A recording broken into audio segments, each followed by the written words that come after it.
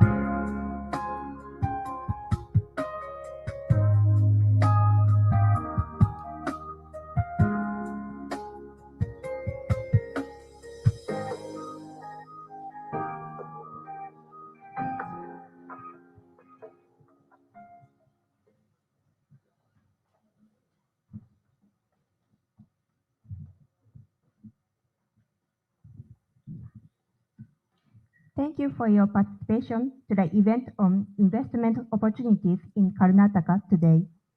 本日はカルナータカ州における投資機会にご参加いただきまして誠にありがとうございます。To begin this event, may I request Charged Affairs at Internet, Mr. Madhusudan Ravindran, to make our opening remarks. はじめに、臨時代理大使、マドゥスーダン・ラビンドランより開会のご挨拶を申し上げます。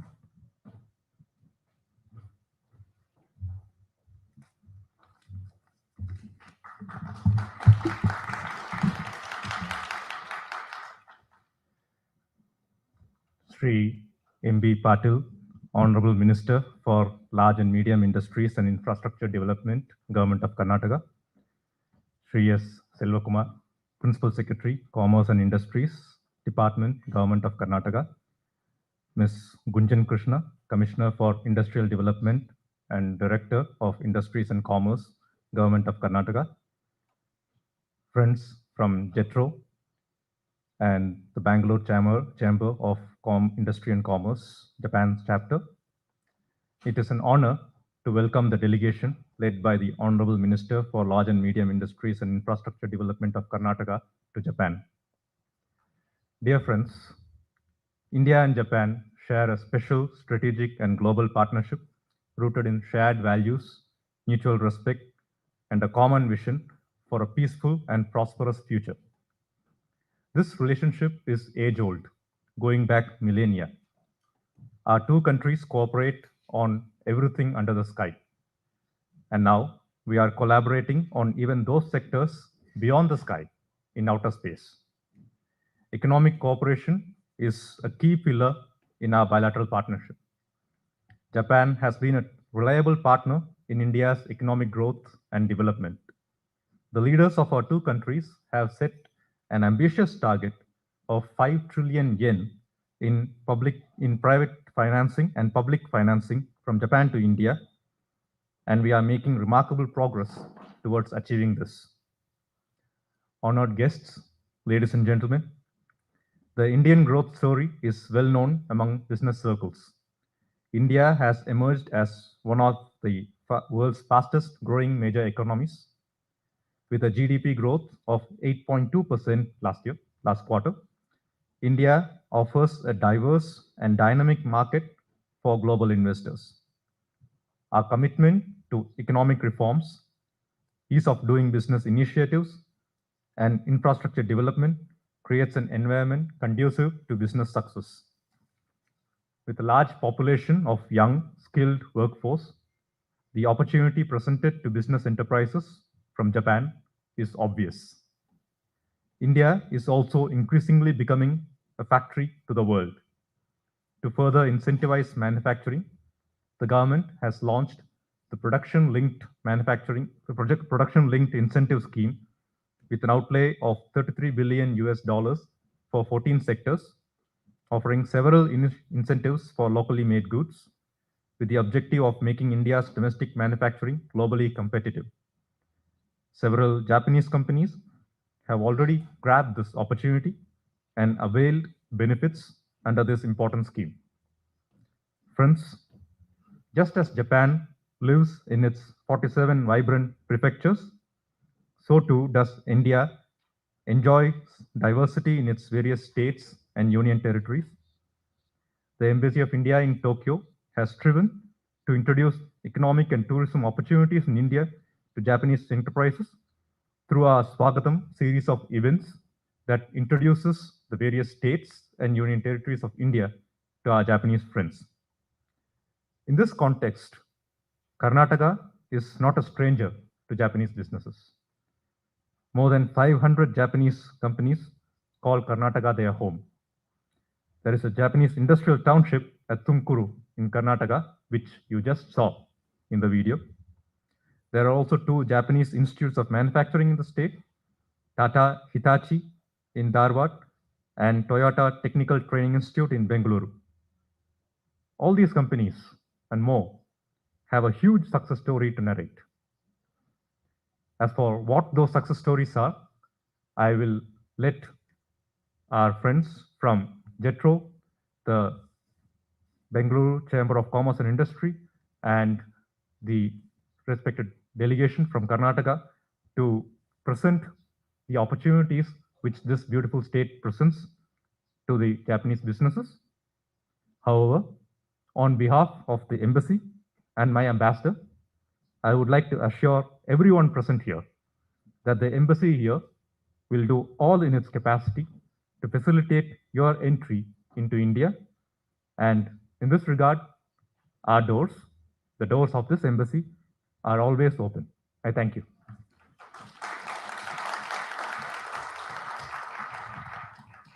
Thank you, sir, for the remarks.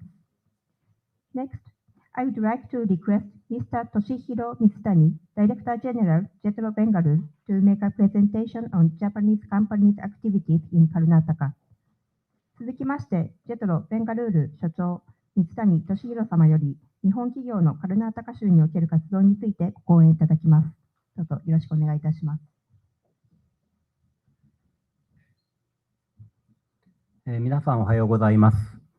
朝早くから今回、カルナタカ州政府の一団、デリゲーション、による、カルナタカ州の投資誘致セミナーにご参加いただき誠にありがとうございます。私、ジェトロのバンガロール事務所におります水谷と申します。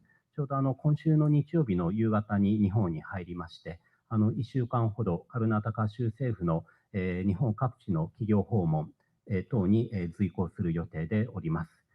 本日お時間も限られておりますので、私の方から、まずはカルナタカ州における、日本企業の、活動概況並びに、インド全体の、ビジネスの概況について簡単にご説明したいと思います。では、Next please。まず最初、こちらにありますのは、インド全体の概況になります。皆さんもすでにご存知のように、インドは14.2億の人口で世界第1位となっております。面積は日本の約9倍ということで、非常に大きな国土を有している国でもあります。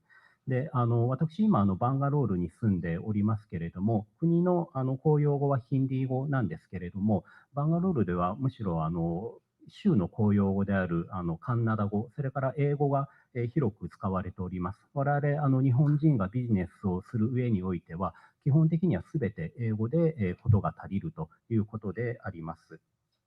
Next, please。で、こちらですね、人口が今、世界第1位になっているんですけれども、その構造といいますか、中国とインドの比較をしております。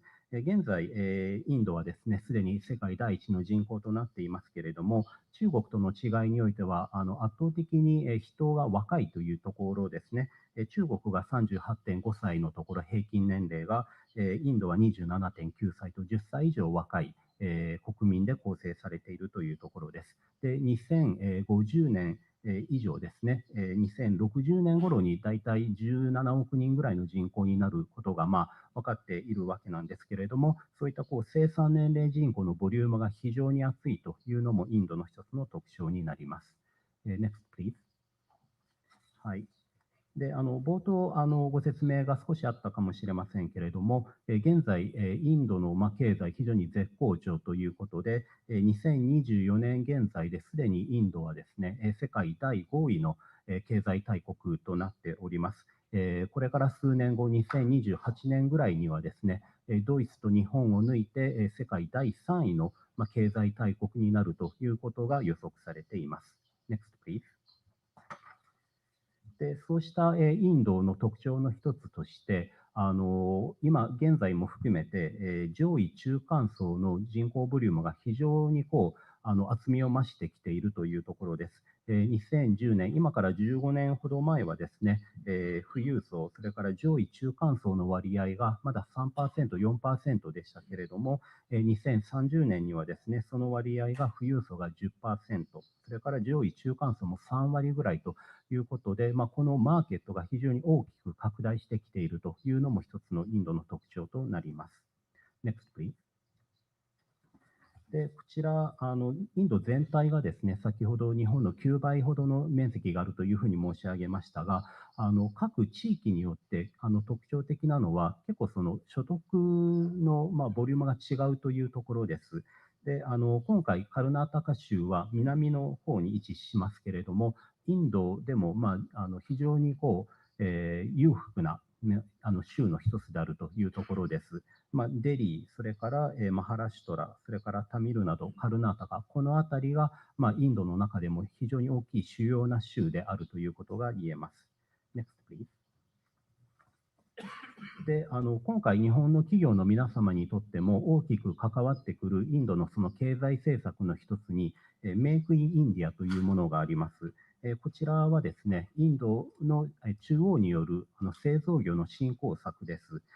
今、インドがですね、直面している問題の一つがですね、貿易赤字の解消、それからもう一つが若年層のに対する雇用創出ですね。でそのためには製造業を振興していくというのが非常に大きな重要な課題となっていまして、現在、インド全体の GDP に占める、製造業の割合が15%程度というふうになっていますけれども、今、モディ首相の方はこちらを、25% まで引き上げていくという目標を掲げています。Next, please. で、その中で家庭で重要になってくるのが今後 EV 政策、それから半導体産業の誘致ということで、もしかしたら後ほどカルナータカ州政府の方から、EV 政策のご説明があるかもしれませんけれども、現在そのインド全体で日本企業にとって関心が高い分野はこの EV と半導体政策になります。Next, please. で、そのインド政府が、中央政府の方が今現在用意して準備しているのが、この生産連動型優遇策 PLI というものになります。これはすでにもう始まっていますけれども、全体で14の業種にまたがって、売上高に応じて、その奨励金を還付していくというスキームになります。これはインドの方が中心的にですね、誘致したい産業を取りまとめています。エレクトリニクスとかですね、それから医療機器、もちろん自動車、医薬品とか、こういった重点分野については、中央政府によるインセンティブが享受できるというものになります。Next, please. で、これ以降ですね、日本企業の具体的なその状況についてご説明します。現在、大体インドにはですね、5000の日本企業の拠点と、それから1400社の拠点があるというふうに言われています。で、カルナータカには大体500の拠点と、それから220社の日本企業がすでに活動を展開しているという状況になります。Next, please. で、その日本企業の割合としては、大体半分ぐらいは製造業ということが言われています。マルチ・スズキ、それからホンダさん、それからトヨタさん、日産さん、こういった二輪、四輪を中心とした、製造業の、集積が厚いというのが、インドの日系企業の特徴になります。南のカルナータカ州については、トヨタさんとホンダさんの大きな工場があるというのも特徴になります。Next, please. で、この足元の日本企業さんの事業展開につきましては、数年前まではインドというのは非常にチャンスが大きい国ではあるけれども、日本企業にとってなかなか収益が上げづらいという国でもありました。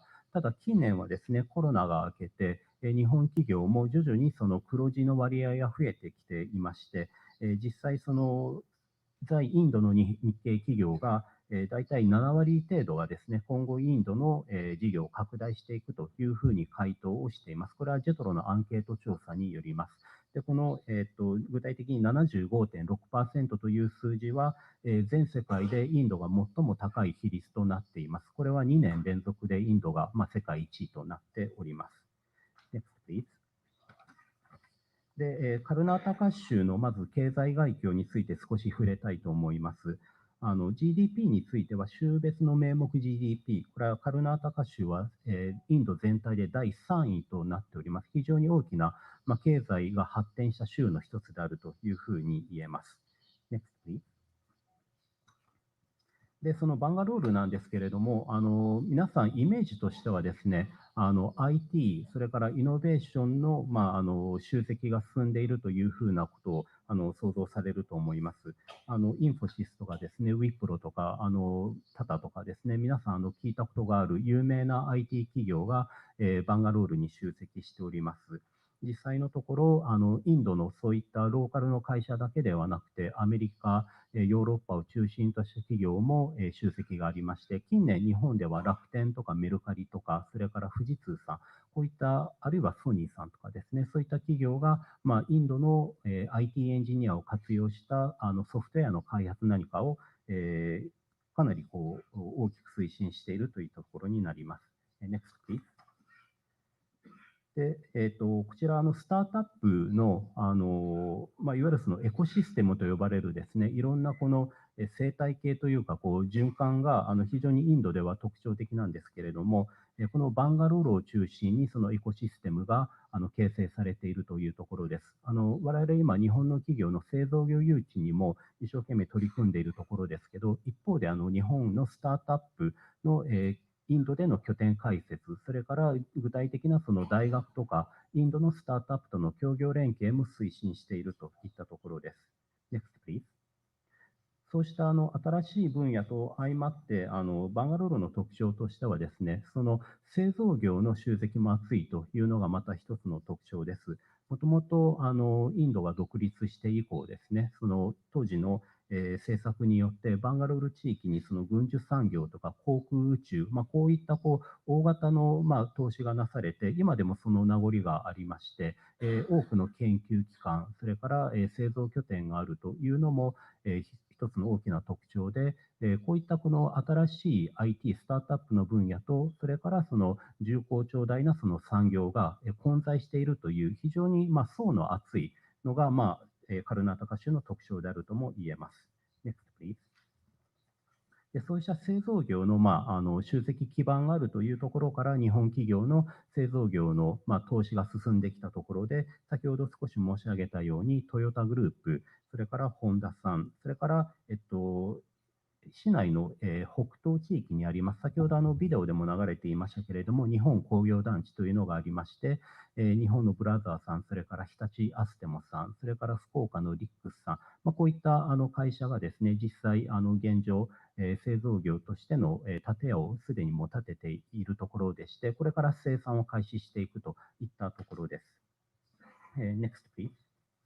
でこちら先ほど冒頭少し申し上げましたけれども、カルナタカ州の日系企業真実の動向については、約537社、それから在留邦人としては大体1000から1000数百人がすでに在住しているといったところです。これはデリーに次いで2番目に大きな日本企業の集積となっております。Next, please. でまた一つ特徴としてはですね、こういった工作機械関係の非常に大きな展示会もあるといったところです。インド国内で毎日のように非常に大きな展示会が行われていますけれども、バンガロールもこういったこの展示会ビジネスが非常に大きいです。で今年1月に行われた工作機械の展示会で、イムテックスというのがありますけれども、これはインド有数の展示会で、非常に有料なバイヤーが訪れるということでも有名なものになります。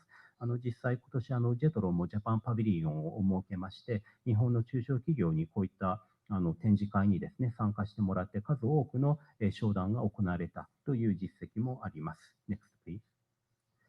で一方でですね、こういったいろんなビジネスチャンスがある一方で、インド、非常にビジネス上の難しさというのもあるのが特徴です。これはインドに限らずですね、どの外国地域でも日本企業、あるいは外国企業は直面する問題と、大きく差はないところなんですけれども、例えば税制とかですね、税務手続きについては、なかなかうまく進まないといったところが、7割ぐらいの企業さんが挙げているところですね。それから、州政府の方々がいる前で申し上げるのも少し気が引けるんですけれども、行政手続きの煩雑さといったところも、一つの課題というふうに言われています。それから、人件費の高騰、これは毎年10%以上ずつ人件費が上がってきているといったところからですね、日本企業が、なかなかその雇用の面でですね、苦労しているというのも事実であります。ただ、こういった課題がですね、ある面についてはですね、PFC と呼ばれるですね、カルナタカ州政府とジェトロと、それから日本の総領事館が、三位一体となってですね、日本の企業のそういったビジネス上の課題を解決するダイアログの場を、設けて、少しでもビジネス環境が良くなるように努力をしているといったところです。こういった活動を通じてビジネス上の課題をですね、できるだけ緩やかにしていきたいと思っているところです。Next, please. で最後に、ジェトロはですね、私は今、バンガロール事務所から来ていますけれども、インド全体で5つの事務所があります。で5つの事務所が連携することで、各地域横断で日本企業の投資誘致、それからビジネス上の課題を解決に導くということで活動しておりますので、本日お越しの皆様、もしインドに来られた際にはですね、ぜひジェトロの各事務所をご訪問いただければと思っております。本日はご講演のこういった機会をいただきまして誠にありがとうございました。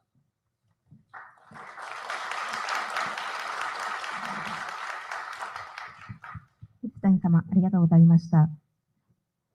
Next, I would like to request Srimati Gunjan Krishna, Commissioner for Industrial Development and Director of Industries and Commerce, to make presentation on business opportunities in Karnataka. 続きまして、カルナータカ州産業開発コミッショナー兼商工部長、グンジャン・クリシュナ様よりカルナータカ州におけるビジネスチャンスについてご講演いただきます。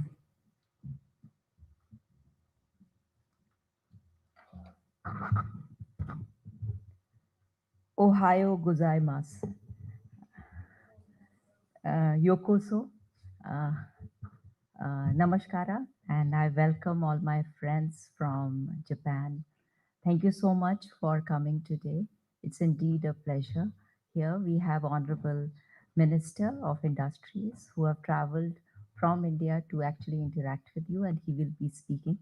I'll be presenting before you a short snapshot of Karnataka and how the business environment is in Karnataka and what are the opportunities that we can work together. So Karnataka, as Ms. Susani-san has explained, is located in the south of India. It is a leading investment destination. If you have seen the statistics for the last 10 years, we have been getting the highest FDIs. In fact, we are in the top 3 in India in getting the foreign direct investment for the past 10 years. We are number 1 when it comes to ease of doing business. In the innovation index, we are number 1 when it comes to logistic ease. We have been number 1 in the R&D. So that is something, Karnataka, we have been growing at a rate of 12.4% on an average for past 10 years. And we have the highest per capita income because Karnataka is not a very big, we are the 8th largest state in India. We have the 3rd highest economy when it comes to the GDP, and we have the highest when it comes to the per capita income. Karnataka, when we talk about, many people, even in Japan, look at Karnataka and Bangalore as the IT capital of India, the Silicon Valley of India. But Karnataka has much more to offer, and we are the leader in number of sectors. For example, we are number 1 when it comes to the aerospace and defense. We have the largest ecosystem. In fact, Bangalore figures in the top 3 ecosystems of the world when it comes to getting the foreign direct investment, and that is as per the Financial Times statistics. We have a large automotive ecosystem. Of course, we have your pride, Toyota there, Honda is there, and number of component manufacturers which are present in Karnataka with the 4th largest ecosystem. And when it comes to the EV, we were the first one to come out with the EV policy, and now with the clean mobility policy, we'll be the first one to come out in the country. We have 45 plus startups that are working in this sector, and we have a rich ecosystem where we are covering the entire value chain of the green mobility that to speak about. We are number 1 again in machine tools, something that we are very proud of and something which Japan excels in. This precision manufacturing is something that we have learned a lot from Japanese companies. A number of companies like Mitsubishi's and others have set up their home in Karnataka. Again, as I mentioned, we are number 1 in R&D. 35% of the global capability centers of the MNCs are located in Karnataka. We are number 1 in in biotechnology. Something that, in fact, 66% of the manufacturing of the biotechnology happens in Karnataka. We are the bigger exporter, and a lot of work is happening now in the biosimilar space and pharmaceutical research space. Similarly, of course, software. We are the largest exporter of the software. 40% of the India's share come from Karnataka. And foremost, today's is the world when we are facing challenge in terms of global warming. We need to ensure that we reduce our carbon footprints. And there, Karnataka is a beacon of light. 63% of our installed capacity comes from the renewable sources. And that is something we can talk more in detail. It would help you to reduce your carbon footprints because now everywhere in the world, manufacturers are being asked to use green processes, and that is where we can help in a big way. Now, talking about Karnataka and how there is a synergy between Japan and Karnataka. If you currently 500 plus Japanese establishments are there in Karnataka. We have uh, India's 220 plus India headquartered Japanese firms in Karnataka, and we have 60 plus Japanese firm with manufacturing presence in Karnataka. Uh, there are a number of, these are the examples: Denso, Makino, Fanuc, Yukain, Toyota, Honda, the number of companies, Panasonic, and we really want to grow this list. And there's a lot of things that we can do together.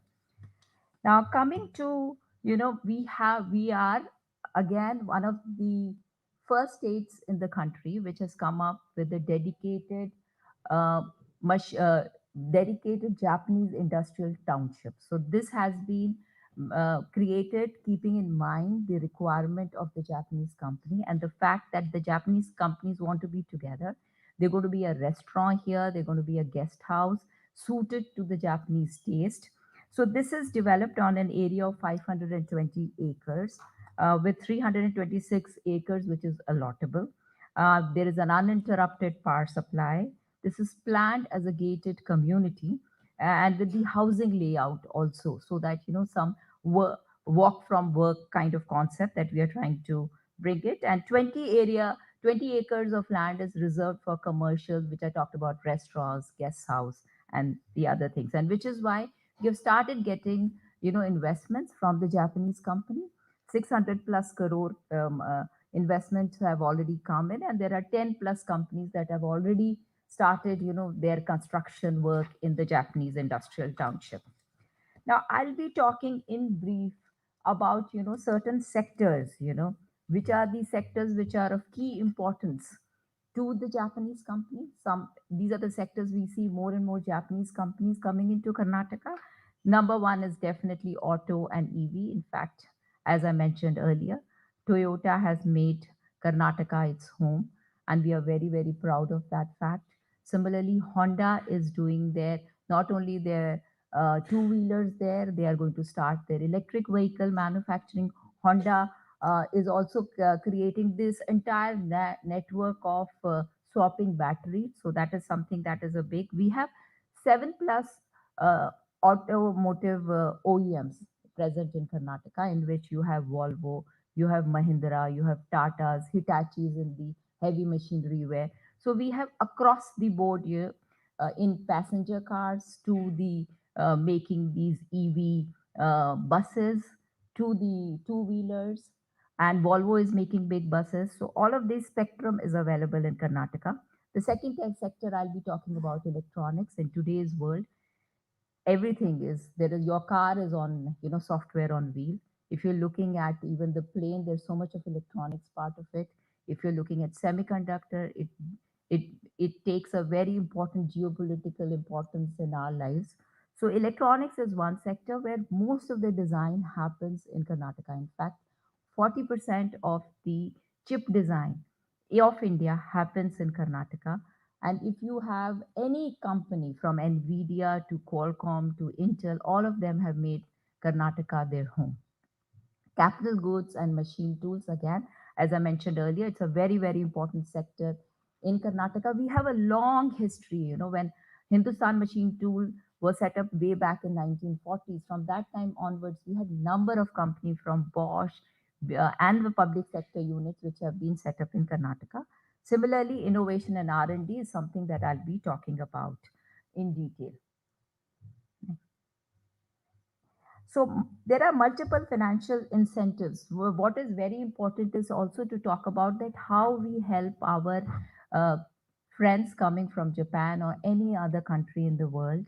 What is it that we offer? There is no differentiation between an Indian company and a company coming from abroad.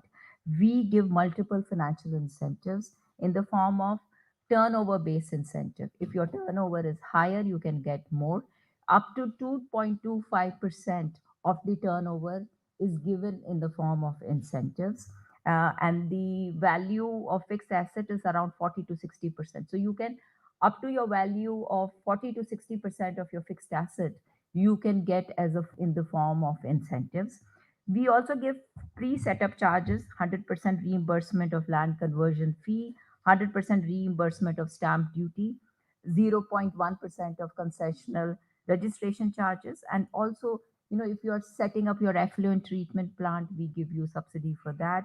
We also give subsidy to an industry which is going to an area which does not have a major industry. There we give them as anchor subsidy as well. We have been consistently working to ensure that it's easy for you to do business in Karnataka.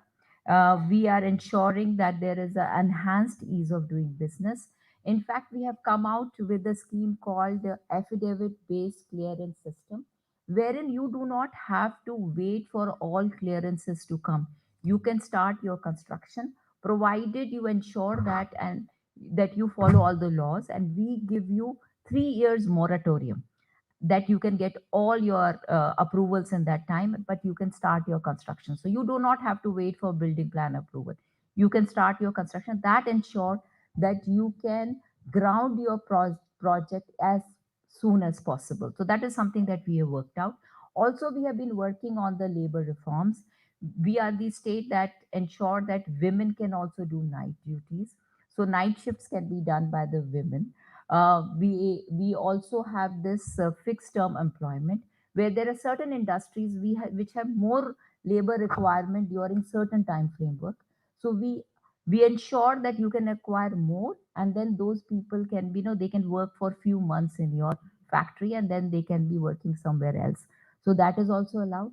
Also, we have ensured that, especially for certain industries, you need more number of hours to work consistently, especially in the electronic sectors. Again, in that area, we have provided 12-hour shift. That is something only Karnataka has done in India. So these are some of the things, and we have been working consistently with the taking the feedback from the Japanese company and try to ensure that we get all these feedback into our policy making. Also, when we are talking about, now let's come down to certain sectors. Now, automotive industry, I mentioned earlier, it's a very preferred destination. We have a very strong ecosystem of 7 plus OEM that are located in Karnataka. From, if you can see in the southern part of Karnataka, there is a big cluster of Toyota, TVS, Mahindra. In fact, the first electric vehicle which was indigenously built, Reva, has been now taken over by Mahindra, and way back in 2000. That's located in the south of Karnataka, and also in the north Karnataka. If you see, you have Tata, they're Marco Polo, they're making the electric buses. Also, we have Hitachi. So, number of other companies that are working here, both in the north and the south of Karnataka. Most importantly, many of the companies of the world, big companies of the world, say Mercedes Benz, we have even a Chinese company, Great Wall. All of them have got their cutting edge R&D centers. They're doing their design there. They're working on the AI analytic work. All of that again is happening in Karnataka. Continental has recently, that's a German company, it has really expanded is R&D footprints in Karnataka. Only last year they invested 2000 crore, and they have actually having around 1000 people that are working in the R&D sector. So we are also expanding our footprints when it comes to the green mobility and the EV space, because that is something that we is the future, and which is why we have come out with, we were the first one to come out with the EV policy in 2017. And now, under the leadership our honorable minister, we are looking at that how we can ensure that all kind of green solution find place in our policy.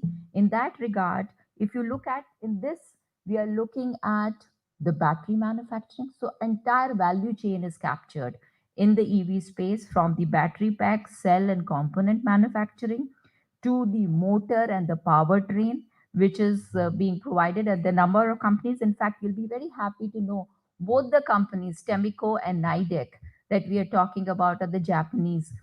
So Nidec is a pure Japanese company, whereas Temiko has a Tico and Mitsui as a joint venture. So again, that's a very, very interesting. We have lots to learn from Japan. Similarly, power electronics, you have Bosch, a number of other companies that are working.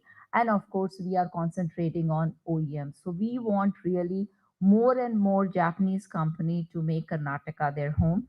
We are creating a charging infrastructure. I mentioned earlier, Honda is using their first, they have taken Bangalore as their proof of concept. And they are setting up their swapping centers along the length and breadth of Bangalore. And with Honda coming out with their two-wheelers, EV two-wheelers, so there will be a lot of synergy in this area as well. We are creating testing infrastructure already in place for the two-wheelers, and we're going to work for the four-wheelers as well.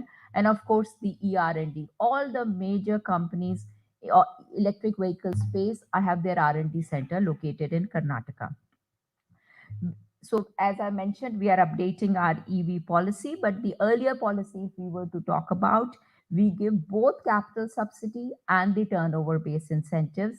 So that is something, flexibility which is provided, that before you set up, pre-operation stage, we are giving the capital subsidy, and the post-operation stage for 5 years, we are giving 1% of the turnover based subsidy. Now, coming to, we are also looking at these EVs and automotive, they come in clusters. So we have a huge ecosystem of the automotive component manufacturers. We are looking at setting up two electric EV manufacturing clusters.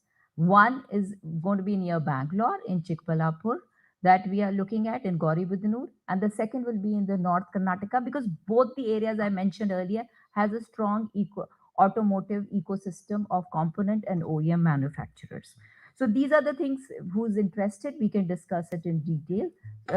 We'll be leaving behind these presentation. Now, coming to the electronics manufacturing, this is something Karnataka has, lots to boast about. We are the largest chip design hub in India. In fact, 85 plus fabless chip design companies are located in Karnataka. We contribute to national electronics output to the tune of 10%, and 40% share, as I mentioned earlier, we have it in the design part. In fact, there is a saying, if there is any chip in any part of the world, it has some part of Bangalore in it. So we have 20,000 chip designers that are working in Bangalore alone. And importantly, 55% of the startups which are working in Internet of Things are based out of Karnataka. And if you look at it, we have the design companies. Now we have the EMS companies like Foxconn, Wistron, Keynes. These are the companies that are present here. We also have number of electronics companies which are working in aerospace and defense, Cyient, Centum. So all of these companies are doing, again, a lot of work. Of course, Bosch, if you're looking at health, medtech, we have Siemens, Philips, all of these companies, again, are working in a big way in Karnataka. We have come out with a dedicated ESDM policy. So this is the policy that, it is best in the country. We again give two kinds of incentives. One is the capital subsidy, which we are looking at 25% subsidy on land, 20% subsidy on plant and machinery. Plus, we'll give you 100% reimbursement of your land conversion fee, stamp duty, and registration charges. In the post-operation stage, if we look at it, we are looking at giving you 1% of the production linked incentive for a period of 5 years. Plus, there is some electricity subsidy of 1 rupees that we are giving, and we are waiving the entirely 100% exemption from electricity duty. Now, there is no upper limit. You can actually get it to the 100% of your value of fixed assets. So that is something that we have come out essentially to ensure more and more electronics company come from all parts of the world to make Karnataka their home. Now, just an example of a mobile phone value chain. So not only are we looking, like Foxconn has established its largest mobile phone manufacturing unit in Karnataka. They are in the process of this August, they will start their production, their product development site. The very important aspect that we are concentrating in Karnataka is that how we can ensure that we become a part of the entire value chain. Because if you look at only the mobile phone manufacturing, this is like, design is just 1.4% of the bill of material. If you're looking at manufacturing is again 1.4, SMT lines put together is 5 to 10%, not more than that. So we have been talking in number of suppliers, and we have number of suppliers in Japan, and we are talking to them also. So how we can get the display manufacturers to come to Karnataka, how we can have the casing. So for that we have already signed up. How we can have casing manufacturing to come to Karnataka, how we can have the battery manufacturing, which again is happening. The first battery manufacturing company of 10 gigawatt is coming up by Exide in Bangalore itself. How we can ensure the packaging, we have Uto already in place in Karnataka for bearings and all. We have SFS, which is there, and we are inviting the companies here. Yesterday also we met with one of the Apple suppliers, and we are inviting them to manufacture in Karnataka. Similarly, semiconductor, if I spoke about, so we said that 40% of the design happens in Karnataka. We have all the four verticals in Karnataka that provides a very strong foundation for the companies to start manufacturing. So if you're looking at chip design companies, all the best ones are in Karnataka. In fact, uh, there is no company in the world which are in the big league who do not have their design center in Karnataka. EDA tools companies, again, we have number of them. All the companies like TCS, Wipro, which provides the personnel are also there. And the companies which make machinery for the semiconductor industries like Applied Material, Lam, they are also there and they are expanding. Last year, Applied Material put in 400 million US dollar. AMD, another company, put 400 million US dollar. We have Lam Research, which is expanded. It has now two sites there, and now they're looking at the third sites. So we have number of case studies, and the growth is quite huge in Karnataka. Now, talking about the for capital goods, that is something that Japan excel in. Karnataka has also a very strong capital goods manufacturing ecosystem. In fact, we are the second highest producer of special purpose and heavy electrical machinery in India. We are the third highest contributing state for heavy engineering. uh, 52% of India's tool share in machine tool production. In fact, we have a dedicated Tumkuru machine tool park. Pina is again a very, very big cluster. And in this cluster, we have very many Japanese company. So we would invite you to have a look at Tumkuru Machine Tool Park, which is actually 90 kilometers from Bangalore. And it has number of Japanese company that are coming in and setting up their base there. Uh, so this is all about, we have 341 acres of land that is allotable. Because why Tumkuru becomes very important, it's state of the art infrastructure that we have created there. Uh, we are also looking at creating a center of excellence with the help of Ministry of Heavy Industry and a common testing center which the companies can leverage for their own manufacturing. And number of companies like UKAN, AMS, BFW have made this park their home. Um, so again, talking about innovation. So no country grows until unless they put their money on R&D, and that is something Japanese company is doing. If you look at Google, their next generation of chip design that they're going to do, AI related chip design, they're going to do it in Karnataka. So what we have been consistently number one in our innovation index. We are the fastest growing technology and innovation cluster in the world. I invite all of you. So from the small company to medium range company to the large companies, all of them invest in our ecosystem because of the huge availability of the talent pool. So R&D centers that I spoke about, 40% of electronics. We have around 50% of telecom R&D happening here. Pharmaceutical, again, 30-40% of R&D happening across the board. We have a dedicated engineering R&D policy where we incentivize R&D for the small companies. So kindly, take advantage of these policies, which are best in class incentives to support R&D and manufacturing in Karnataka. So these are some of the examples of the leading companies in Bengaluru, which have been driving innovation in new age technologies like Bosch. Bosch has the largest facility of focusing on Internet of Things. If you look at Texas Instrument, is an interesting story.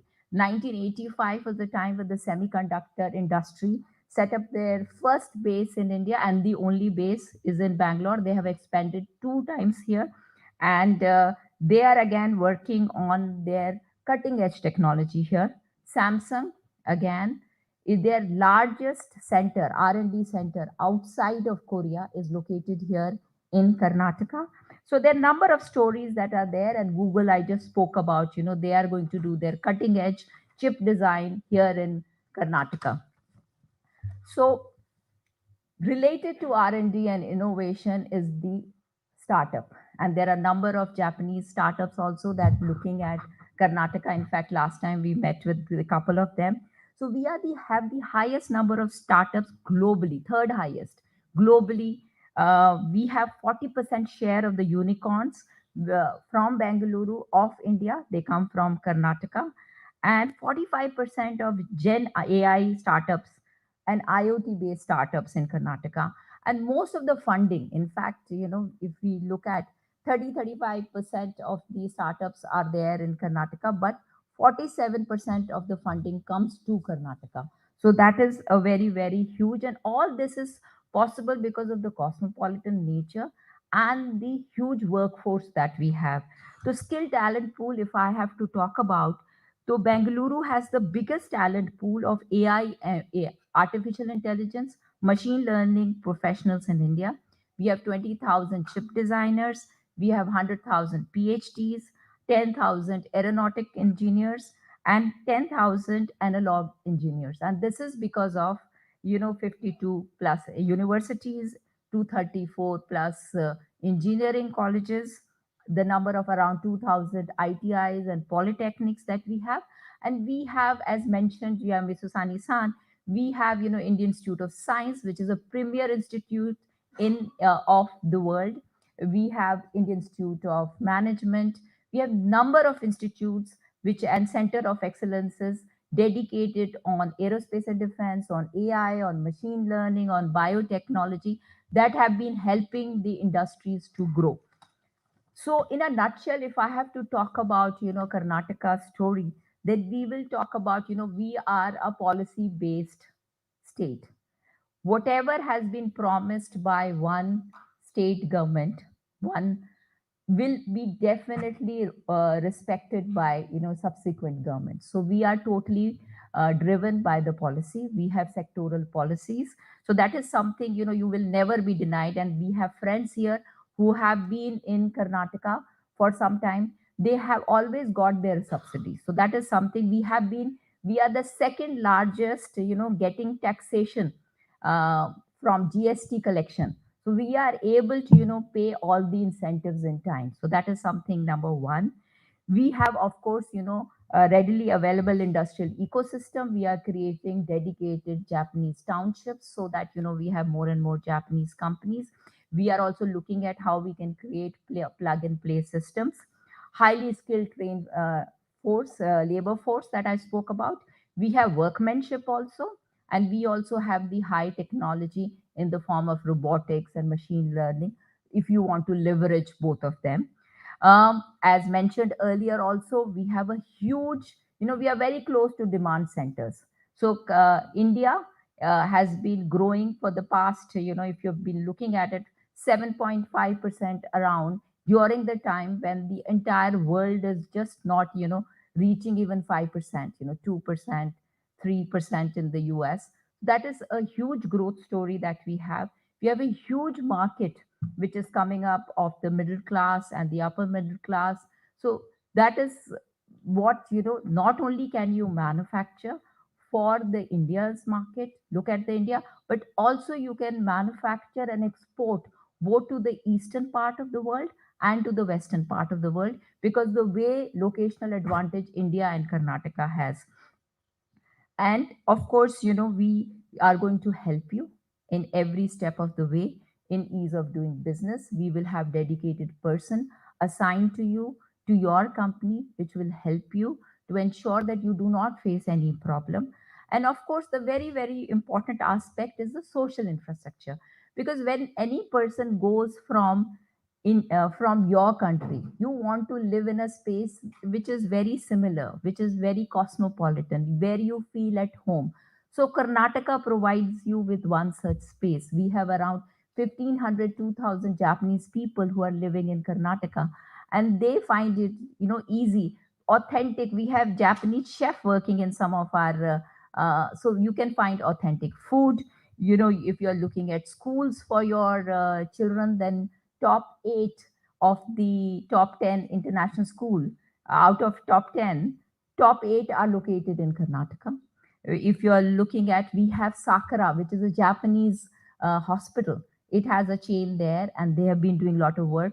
We have the highest density of the doctors to patient ratio, so that's also very, very good. We have the five-star hotel. I think many of you love playing golf. We are the golf capital also, so that is something. If you are looking at music, we are the microbrewery capital of we are the pub capital of the world.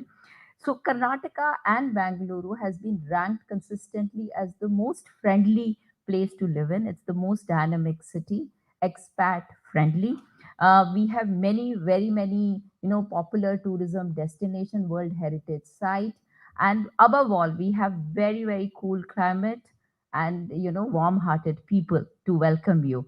So in a nutshell, I want to showcase before you, the flavor of Karnataka, the gist of Karnataka. Just like you are global in nature. Karnataka also represent that global values.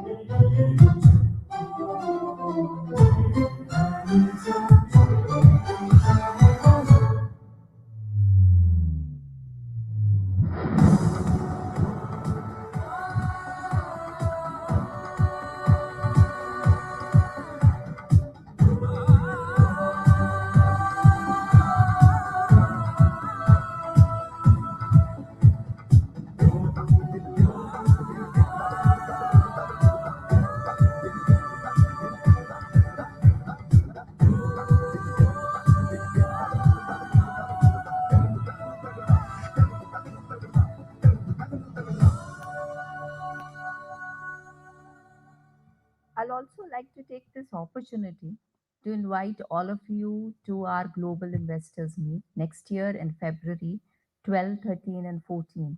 We would be organized Invest Karnataka 2025 Global Investors Meet, which would be held in Bangalore. It would be a 3 days event where we would be having 100 plus business thought leaders. We'll try to get best of the leaders, and we would invite some of the leaders from Japan to participate there. and we will have 5,000 plus delegates who would be coming there. And within that, we will be doing a vendor development. So we would want more and more companies to participate in the vendor development program. We would want more, and we will also have a startup competition plus an exhibitions. I urge all the companies to participate in this to showcase their latest technology in our global investors meet. The theme for the event is reimagining growth, because the world over there is a question how we are going to grow in the next 10 years, because we have the geopolitical dynamics that is being played out. There is a China versus US that is happening. We are seeing a Ukraine war. We are seeing also a general slowdown in Europe in certain parts. Japan is facing its own challenge when it comes to the currency. So in that world, in that scenario, how we have to reimagine growth, how we can ensure growth for the world. In that, Karnataka and India has a very important role to play. Uh, we are also looking at a growth which will be tech driven, because the future will be AI driven. It will be machine learning driven.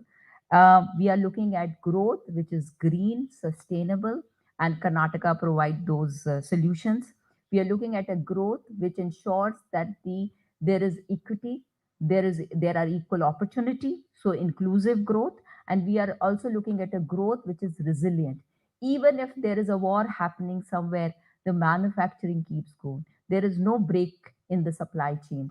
So we are looking at reimagining growth. I invite you, kindly save your date, 12, 13, 14th February uh, 2025 at the Bangalore Palace, Bengaluru, Karnataka. Kindly make it. We're going to have number of plenary sessions, tech-driven special events, cultural shows, future of technology exhibition, startup pitch, which is in Venturize, buy sellers meets that we are doing, vendor development program, and of course we will be showcasing our food, our culture, and all the best thing that we have to offer to you. Thank you so much for inviting us today.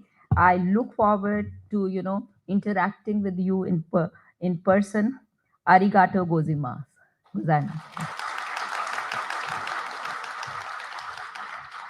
Thank you, ma'am, for the presentation. Next, I would like to request Dr. S. Selvakumar, Principal Secretary, Commerce and Industries Department, Government of Karnataka, to make an address. 続きまして、カルナータカ州商工部上席次官 S. セルバ・クマール博士によりご挨拶をいただきます。Ohayo gozaimasu. Good morning. My job is made easier by Gunjan by informing you all about importance of Karnataka's investment. Esteemed delegates and distinguished guests, it is my pleasure that I stand before you today to share Karnataka's offerings for Japanese investors. As you are aware, Karnataka is a leading destination for global investments, being the second highest recipient of foreign direct investment inflows in India. For the last 5 years, cumulatively, we have got around 22% of the total investment to the country. Karnataka stands as a top achiever in the ease of doing business parameters designed by Niti Aayog. Karnataka has emerged as an integral part of global supply chain because of its proactive industrial policy, leading to success in securing over 1 lakh crore rupee investments from marquee companies such as Foxconn, JSW Energy, Toyota Kirloskar, Air India, among others.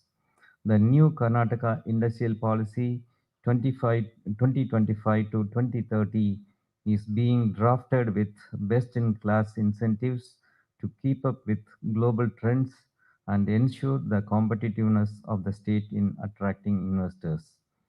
Karnataka has a strong ecosystem of key priority sectors such as aerospace and defense, ESDM, automobile, electric vehicle, biotechnology, among others.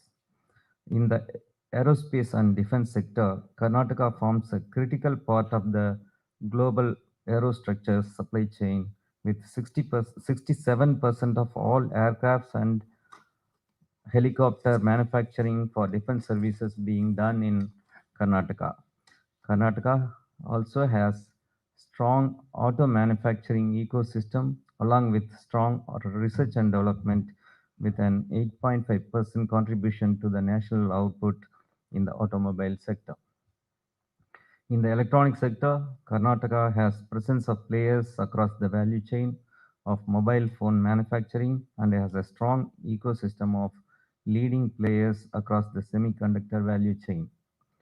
As part of our efforts to engage with investors and highlight Karnataka's robust industry-friendly ecosystem, we are organizing the Global Investors Meet, which already Ms. Gunjan Krishna has informed that it will be held on from 12th to 14th of February next year, that is 2025. This event aims to bring together business leaders, thought leaders, political figures, and members of civil society to collaboratively set the development agenda for Karnataka for the coming decade. This edition of the event is themed Reimagining Growth, which she has already informed how it is, how growth is important for the world to survive, highlighting Karnataka's pivotal role in fostering growth that is tech-driven, green, inclusive, and resilient. Invest Karnataka 2025 aims to propel the state towards achieving higher and sustainable growth, enhancing productivity, creating quality jobs, and further developing Karnataka. This event will attract investments across diverse sectors such as manufacturing, infrastructure, IT, energy, education, and tourism. Thank you all once again. Arigatou gozaimasu.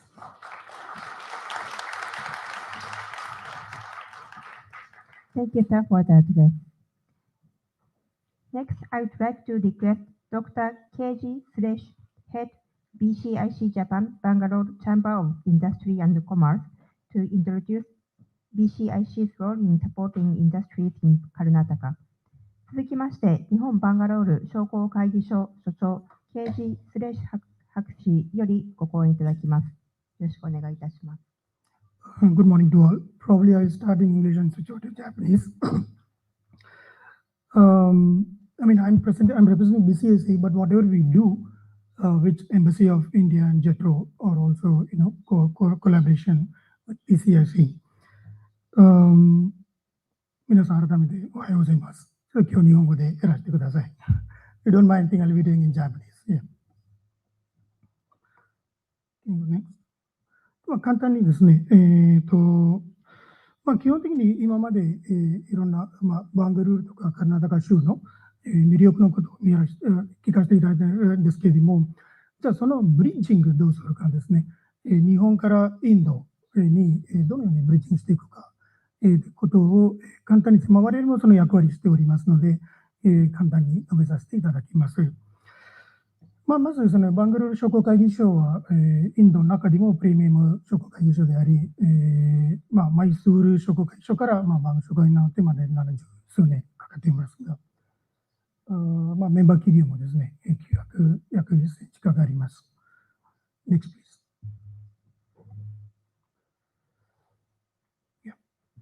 please. 先ほど皆さんからこの話がバンガルールの魅力がありましたので、これちょっと飛ばさせてください。飛ばして、実際に我々がどのようなブリッジングしているかというのを簡単に説明したいなと思っております。Next, please. 基本的にその BCIC の活動なんですけれども、これたくさん書いてあるんですが、この中に太くそうですね、赤で知っておるのは日本関連の活動でございます。ごめんなさい。そうですね。メイキングインディアのそのファースト、最初のエディションですね、昨年、初めて行っておりまして、セカンドエディションは来年、今年ですね、11月に実施する予定です。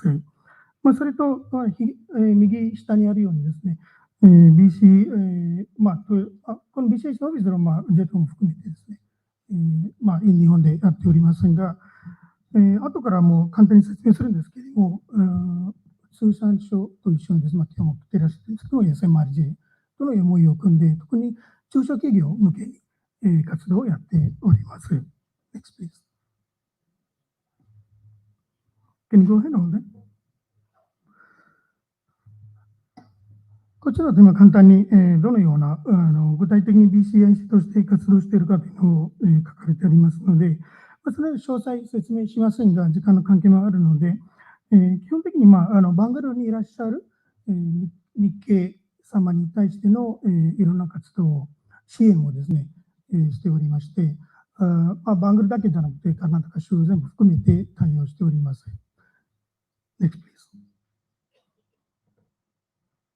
ここから、皆さん先ほどブリッジングとか我々カタリストとしてですね、日系企業様とカナダ州、日系企業様とインドを含めたカタリストとしての役割をしておりますので、日本チャプターとしては、10昨、一昨年ですか、1ヶ月、1年半前ですね。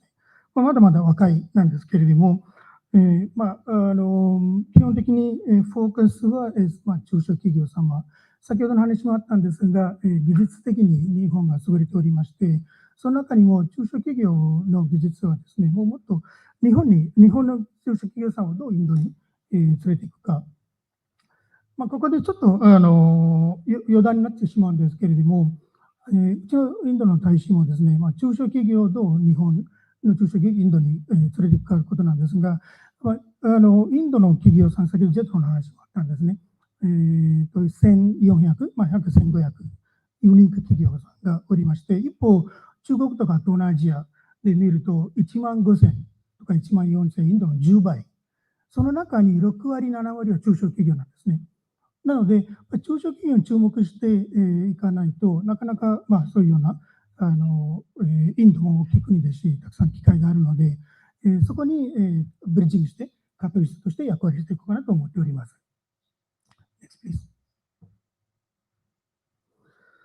先ほど申し上げた、Can you put everything? 先ほど申し上げた、ことをですね、ちょっと簡単に申し上げておりまして、で今日はこの1枚とあと2枚ぐらい説明しますが、具体的に2つの活動を我々が日本でどのようにやっているかと。一つはですね、先ほど申し上げた、中小機構さんと、提携して、具体的に2つの活動をやっておりまして、ここにも述べているように、一番最初に、メディカルですね、医療関連の8社の、ウェブ上での、何社から8社選んで、B2B を行ったり、で現在ですね、技術とか製品関連の、カナダ州の40社を、40社以上、48社ぐらい申請されているんですけれども、そこから十数社を選んで、日本に来てもらってですね、CEO たちを。で、そこで、対面での、ビジネスとビジネスマッチングして、そこから、ビジネスをしていくということで、ちょっと具体的な活動をやりながらですね、あとは、ちょうど1週間前ですね、プリエクスポ2025というイベントがありまして、カナダ州から14社、来ておりまして、そこの、対応も、BCS として、実施していました。あといくつかありますので、Can you go next? これ2つ目の活動ですね。先ほどから中小企業として申し上げているんですけれども、確かにですね、東京とか大阪、名古屋だけではなくて、いろんな、県、こちらにあるように、我々が今、まだ始まったばかりなんですけれども、神奈川県とか静岡県、石川県、岐阜県、あと福岡、そこにですね、商工会議所さんと、またはそれぞれの県にある仕組み、静岡だと芝という仕組みだったりとかですね、横浜だと横浜インドセンターとか、そのような仕組みさんと提携して、で実際にそれぞれの、プレフェクチャーというか、それぞれの県にある企業様、特に中小企業様向けに、インドへの出かける活動を、しております。それにとしては、いくつかのセミナーですね。今日みたいなセミナーもあるし、実際にじゃあ、インドに行くときに、何を課題なのか、どのように、インドを対応していくのかというのも、課題別にセミナーやっているということもあります。もちろん中小企業であるですね、ロングタームのことなんですけども、ステークホルダーみんなの、先ほどあったように、インド大使だ、州政府、インド政府、ジェットロさん、みんなの、ステークホルダーの、サポートで、やっていきたいなと思っております。今後の活動なんですけれども、そうですね、今、先ほど申し上げた通り、1年半前ですね、日本チャプターを設立というか、正式な設立まだしてないんですけれども、そこでまず POC、を先ほど見たの具体的な活動を行って、POC を作ったのでですね、特に、もうちょっと言っていただくと、インドの、州政府か、インドの、地方の商工会議所として日本に出ているのは我々が初めてなんですね。なので、そこを成功していかないと、成功して、逆に言うと、成功すると、他の州型の商工会議所ももっと活発していくんじゃないかな、日銀間での。そこでですね、我々がすごくモデルとしてみんな見てるかなと思うんですけれども、そこで、いろんな活動をこれからやっていこうと思っております。Next, please. Can you just put everything? これ説明しませんが、今我々がその点々線のですね、一番左側の、我々自身がスタートアップなんですね。で、ここからあと2030年までプランがありまして、少しずつ、皆さんの協力いただきながら実施していきたいなと思っております。Next, please. ここで終わりにしますが、いくつか冊子があります。一番そちら用にですね、三島商工会議所と提携所で話した時のチャンバー商工会議所の所長とか、あと、インドジャパンの第1回目の、行った時なんですが、下にはですね、先ほど申し上げた中小企業様との、提携した時の、モニティケーションの写真であり、で今回はそのメイキンインディア with Japan for Growth というのを、11月決まっておりますので、ぜひですね、皆様、来ていただきたいと思います。今日はありがとうございました。Thank you so much.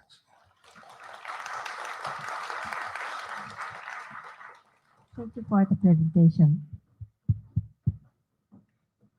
May I now invite Honorable Minister for Large and Medium Industries and Infrastructure Development, Government of Karnataka, Shri M.P. Patil to make an address. それではここでカルナータカ州大規模中規模産業開発大臣 M.P. パテル閣下よりご挨拶をいただきたいと思います。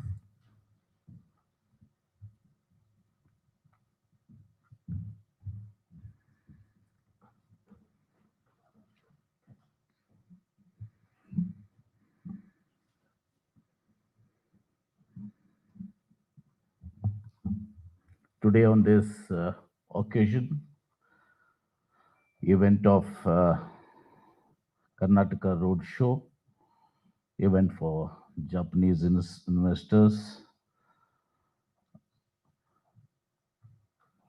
Sri Madhusudan Ravichandranji, Deputy Chief of Mission, Embassy of India and his colleagues,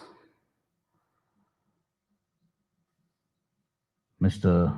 Mijusani Zan from JETRO and delegates, BCIC and the office bearers, all the distinguished delegates, and CEOs and office bearers of various organizations, my Principal Secretary, Mr. Selva Kumar, Commissioner of Industries, Gunjan Krishna, and Member of Legislative Council, who's accompanying me, Mr. Manjunath Bandari. Dear friends, again, I do not want to take much time to repeat things again and again. As already our Commissioner, Gunjan Krishna, has in detail told you about the Karnataka story. And as the Deputy Chief of Mission, Madhusudan Ravindran ji addressed you, India and Japan have a very strong relations immediate after independence. The relations are very cordial. So today I stand before you in Japan, Tokyo, to speak a few words and speak to bring before certain issues before you. As you all know, Karnataka state and particularly Bangalore is a very peace-loving, progressive state in India. It is very much cosmopolitan in nature and is all tech-driven. Bangalore is what California Silicon Valley is for America. Bangalore is the Silicon Valley of India, and we have very strong exchanges with California and Bangalore throughout. It's complementing each other. So Karnataka's gross domestic product (GSDP) was around 270 billion last year, making it the third largest economy in India. Karnataka's per capita GSDP is the highest in the country and is higher than India's per capita GDP. And over the last 10 years, industries in Karnataka have experienced a growth rate of 9.3. Going forward, our aim is to achieve an industrial growth rate of 15 to 16% annually to reach the goal of reaching 1 trillion GDP by 2032. Similarly, India, as you all know, is the fifth largest economy in the world, and which is marching forward to be the third largest economy in the world in the near future. Before I highlight Karnataka's exceptional talent pool, a testament to our state's commitment to education and innovation, I'd like to bring certain information before you. Karnataka houses, Bangalore particularly, of the global Fortune 500 companies. More than 400 plus global Fortune companies have their setups, their design centers, their industries in Bangalore. Out of the 500 plus global Fortune companies, more than 400 companies have their presence in Bangalore, as our commissioner informed. Boeing, take the example of Boeing next to Washington.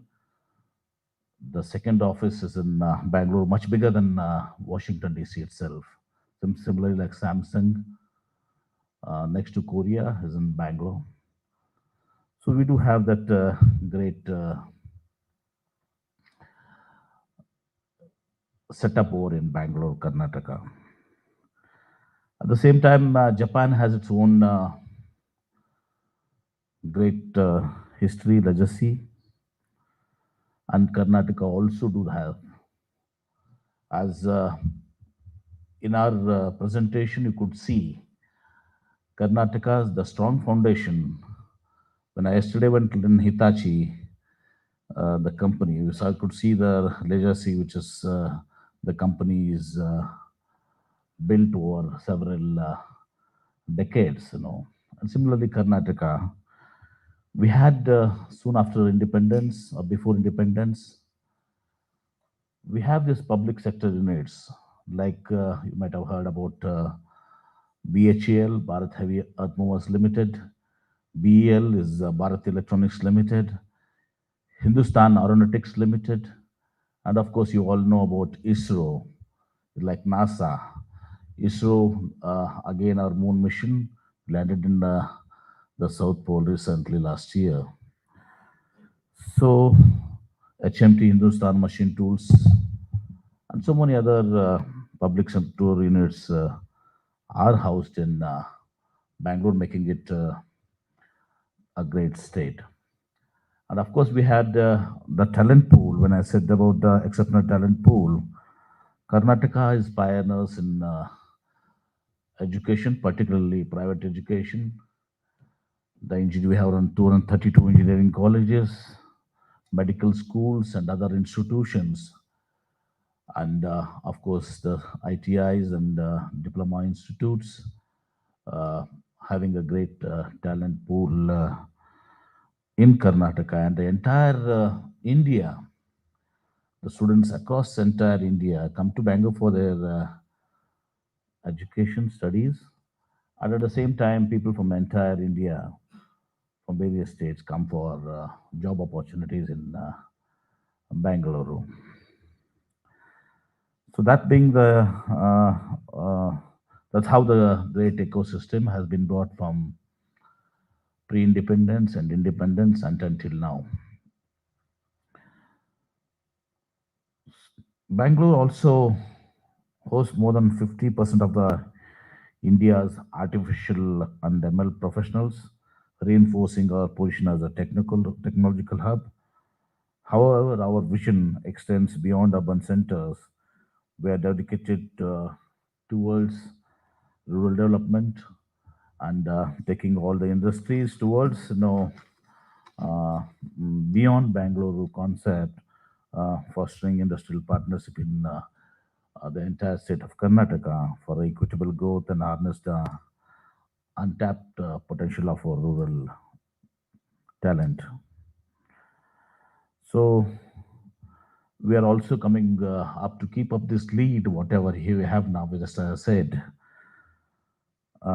Understand the city, first of its kind, like knowledge, healthcare, innovation, research, city which will focus on emerging themes in sunrise sectors such as health tech, industry 4.0, future mobility, ESDM, advanced materials, smart infrastructure, and space tech. So the ecosystem offered by the state is unmatched, be it in the areas of innovation and R&D, availability of skilled labor, or ease of doing business, and immediately of the new government in Karnataka took over. Although we have a industrial policy which is up to 2025, we are again coming up with a new industrial policy addressing the latest based on the latest development and the feedbacks. We also have formed vision groups for various sectors with people from various industries heading them, so that we get a say and all the information and advice to develop into a particular sector. So we are also reinventing the Invest Karnataka Forum and ease of doing business also to make have a systematic approach towards people who want to come and set up the companies who want to come up and set up industries in Karnataka to make their things comfortable. And with this, I also like to invite you all, as already invited by our commissioner and principal secretary, in run to the Global Investors Meet. You all were also to conduct Global Startup Challenge Venturize 24, building on the success of first version of our Venturize in 2022. The challenge aims to recognize, reward, and support startups, as Bangalore is also not only the IT capital, it's called up the startup capital of India, with the highest startups being in Bangalore, Karnataka. To startups in manufacturing related sectors and provide them a platform to showcase their strengths and secure funding. We also have recognized in this Global Investors Meet, we are going to give a lot of push to MSMEs, and MSMEs is going to be the part of this Global Investors Meet to see that the MSMEs also have developed in a systematic manner. So thank you once again. I hope all of you join us at Invest Karnataka 2025 Global Investors Meet in February of 2025 on 12th, 13th, and 14th. And as the Ministers of Large Medium Industries and Infrastructure Development, I personally invite you, all of you, to be part of the Investors Meet. So your participation, your gracing the occasions there will have developed a strong relationship with the Japanese industries. And before I conclude, once again, we have been toying with an idea when we came yesterday. A lot of feedback has been given by various people, organizations here, that there's a lot of talent pool required in Japan, and the barrier is the Japanese language. So I was been discussing with uh, Sri Madhusudan Ravindranji, the Deputy Chief of Mission, yesterday during dinner hosted a dinner for us. At the time to have a model starting from Karnataka, that like on the same lines of alliance franchises, where the French has their alliance franchise school over there with all cultural events and other festivals and including food, and all this has been there over there. So we do have nearly about uh, all these Fortune 100 companies of Japan, like likes of Toyota and or Hitachi and others. So they would put their support and government support, and of course now with the support of JETRO, BCIC, we would like to have an organization where the students, the talent pool from Karnataka, have in their knowledge of in during their ITI, the diploma, engineering, and the other aspects in uh, the Japanese language, as well as also we would like to have. I understand Japan. There's a lot of scope for medical professionals also, particularly more of the nurses and other health-related workers over here. So we'd like to also train them so that we do send our talent pool to Japan to help in the growth of Japan, and equally so that the exchange, the Japanese investors, the Japanese can come over to India and help in the growth of India, keeping in mind the relations and the contributions of both nations, which has been benefiting mutually. I thank you once again. I hope all of you join us in the investors meet, global investors meet in February 12th, 13th, and 14th. Thank you. Thank you, Honorable. Sir, let me kindly stay on the stage. Now we would like to move on to the Q&A session. May I invite Srimati Gunjan Krishna, Commissioner for Industrial Development and Director of Industry and Commerce, and Dr. S. Selva Kumar, Principal Secretary, to come on the stage. And if someone of any of the distinguished members here to have any questions, our commissioner can also answer your queries or the support you require in India, or the information whatever you require beyond what has been presented here. So you can very well ask their questions there to the Commissioner Gunjan Krishna, or if it is it's related to me, I'll also be happy to answer your queries or questions or whatever information you need.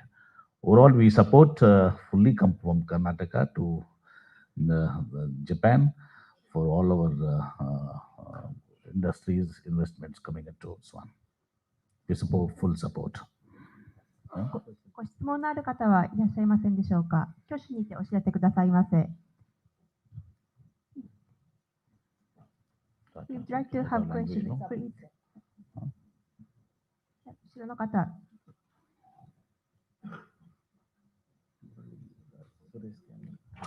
Translator. Mr. Suresh. Good morning. Thank you very much for your presentation. May I? いいですか？質問してもいいですか？はい。はい。できれば英語でお願いいたします。わかりました。I'm working in a Japanese shipping company, and thank you very much for your presentation. And quite interesting about. So I've been in India sometime, but never been to the Bangalore, so it's quite impressive to me. And my question is, actually, so your presentation was so impressive to me because so my industry is more the kind of big heavy industries such as the steel making or dry bulk shipping, something like that. I understand Karnataka is quite famous and popular for the mining industry as well. And so today I haven't heard any about such a mining site. So if you have some explanation about the current situation, I'd like to hear about that. Thank you. So the mining, as you rightly said, Karnataka is very famous in the mining sector. Also, we do have areas of Ballari, Hospet, and Koppal, where the iron ores are situated, and the steel industries, the likes of Jindal and various other industries, BMM and Sandur, manganese, and many more industries, iron and steel industries are there in that part of those 2, 3 districts in particular. So you want to know what information you want to have. So you have a mic. So please, we can have it. So what It's we okay. can do is we can, if you can give your email address, we can send you everything about opportunities in mine. In fact, right now magnetite is the largest ore that we have in India, which is why the largest steel company is located there. Earlier, we used to have the largest gold mines also, but they have been now dysfunctional. In fact, even for the float glass, they require silica. So we are actually able to provide silica also locally. So we will give you all the details about mines and minerals that are present in Karnataka.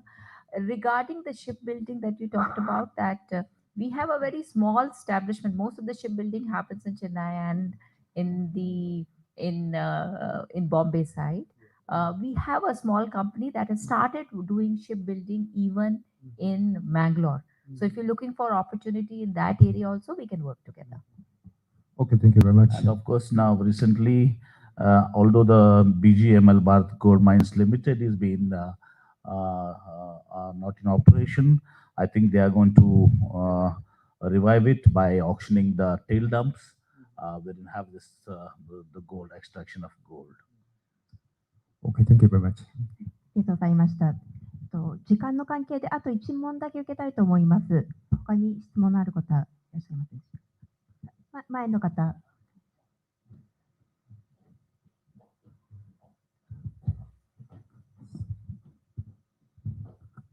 Thank you so much for the presentation today. That was amazing. And also, I went to Bangalore like last month, and it was very, very beautiful. And I'm pretty much impressed compared to Mumbai and Delhi secretly. And then I'm trying to kind of launch how to say, like test marketing, both in Mumbai and in Bangalore, like in a year, to which I look forward to.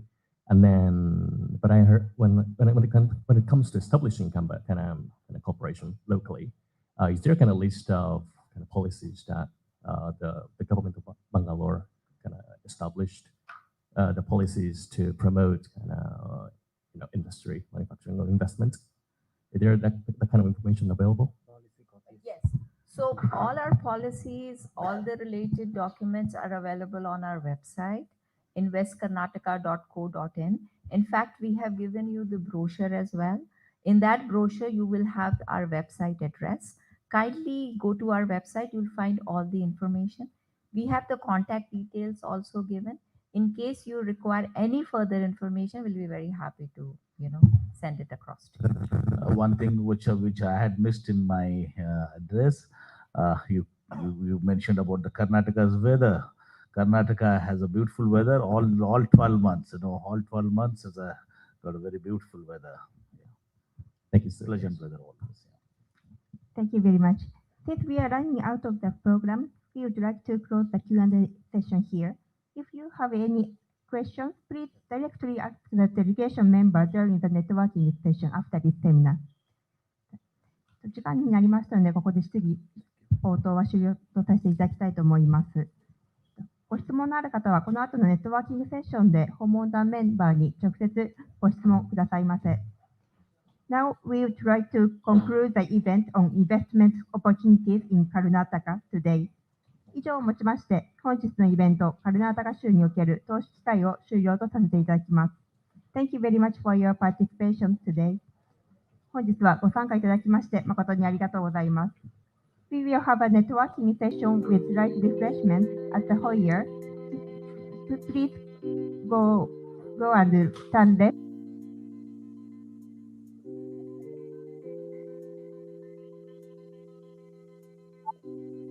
ネットワーキングセッションをこの会場を出て左手の、フォイヤーで開催いたしますので、皆様ぜひご参加くださいませ。If you use the simultaneous interpretation device, please return the device to the reception desk.